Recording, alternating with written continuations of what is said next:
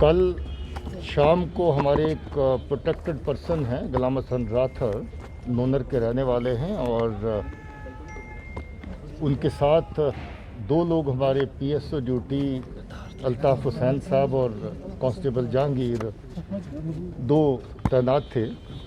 ये घर से निकल रहे थे दूसरी लोकेशन के लिए जब इनके ऊपर फायर किया गया, और उस फायर का जवाब हमारे बहादुर जवान साथी अल्ताफ़ हुसैन ने दिया, जिसमें ये खुद जख्मी हो गए।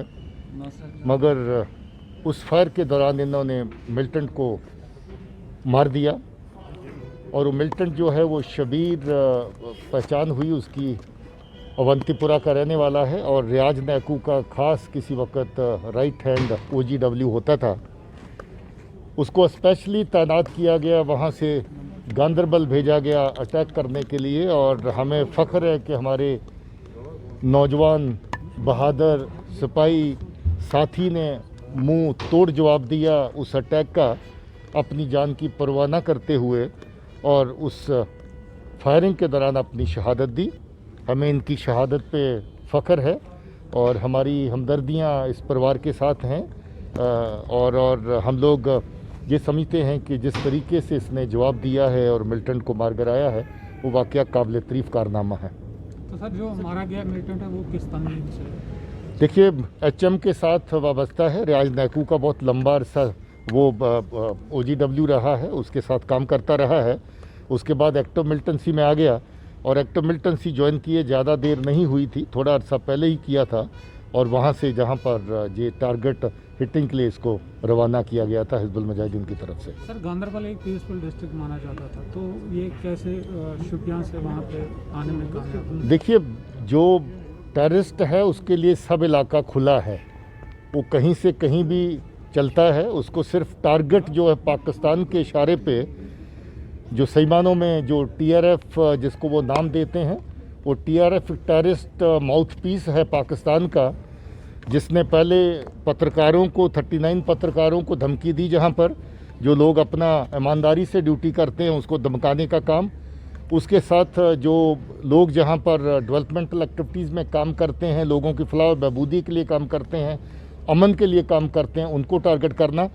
ये पाकिस्तान के इशारे पर, असल में पाकिस्तान ही इन किलिंग्स के अंदर कोलैबोरेटर है सबसे बड़ा। वो TRF के जरिए, अपने माउथपीस के जरिए जिस तरह की किलिंग्स करवा रहे हैं, ये हमारे कश्मीरी लोगों का नुकसान करवा रहे हैं। कश्मीर भाइयों को जो जहाँ पर जिनकी जान का और माल का नुकसान होता है, ये सब पाकिस्तान की कोलैबोरेशन से, उसी के टेररिस्ट आउटफिट्स के जरिए से होता है।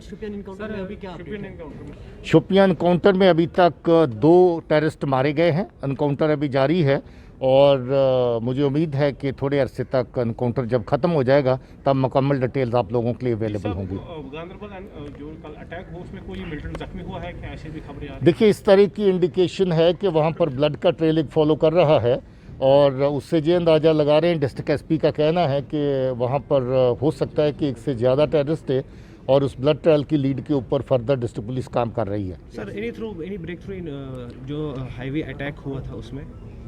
हाईवे अटैक में कुछ क्ल्यूज़ हैं जिसके ऊपर पुलिस काम कर रही है। हम लोग जल्दी ही उसका हिसाब भी लेंगे। सर, कोई रणनीति बनाई जा रही है हाईवेज को लेकर? क्योंकि हाईवेज की रणनीति के तहत ही डिप्लॉयमेंट्स होती हैं। आतंकवाद के चलते इस तरह की कार्रवाइयों को आप रूल आउट नहीं कर सकते हैं। आप देखते हैं कि जहां पर हाईवे के ऊपर अटैक होता है, हमारे काउंटर अटैक में हम उनको मारते हैं। तो इस तरह की कार्रवाई जो है वो दो तरफा चलती रहेगी, इसमें कोई शक नहीं है। और हम इसको, जो इस तरह की कार्रवाइयों को अंजाम दे रहे हैं, उनको उनके अंजाम तक भी पहुँचाएंगे। मॉनिटरिंग का कुछ तरफ से धमकी मिली है खासकर पत्रकारों को, तो क्या इसका मैंने पहले ही जिक्र किया है कि TRF पाकिस्तान का माउथपीस है, ISI का माउथपीस है।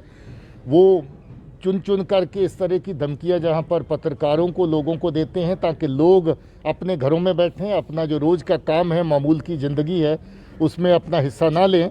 इस तरह की हरकतें पाकिस्तान पहले भी करता रहा, अब भी कर रहा है, मगर इसका मुंह तोड़ जवाब पहले भी दे रहे थे, आगे भी दिया जाएगा। सर, हाईवेज पे ड्रोन मॉनिटरिंग का कुछ ऐसा प्लानिंग है? उस तरह की मॉनिटरिंग पहले भी कुछ जगहों पे हो रही है। टेक्नोलॉजी का और इस्तेमाल जो है आने वाले टाइम में किया जाएगा। अल्लाहु अकबर, अल्लाहु अकबर। अल्लाहुम्मा अग़फ़िर लिल मोमिनीन वल मोमिनात वल